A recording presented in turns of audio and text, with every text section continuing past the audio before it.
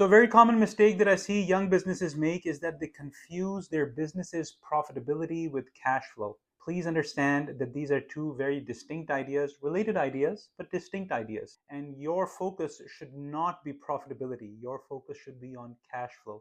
A business can be very, very profitable from an operational standpoint, but it could still be bleeding cash, which means that it's not a great business because ultimately you're going to run out of funds, which means that you're going to be scurrying to get more funds. And this can also often lead to a business becoming indebted because you're trying to raise funds to keep your profitable operations going.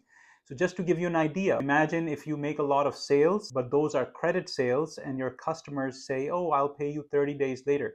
On the income statement, which tracks your sales and then costs to give you net income, you will show a lot of sales in the sense that you have made the sale. However, you still haven't received any money for those sales, which means that they are technically accounts receivable. It's only when your customers will pay you that you will actually receive the cash.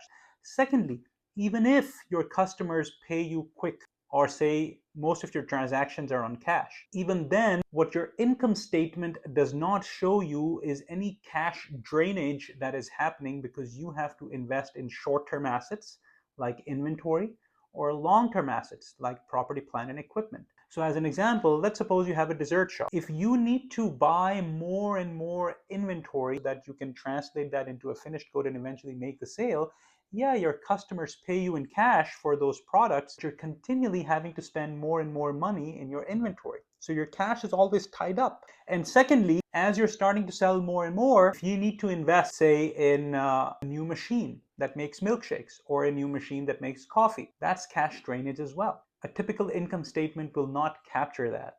It will show that you're making profit because sales are more than costs. But what it doesn't show you is all this investment in short-term and long-term assets that you're having to do to support those profitable operations. The point is that your focus should be on cash flow, not profitability per se.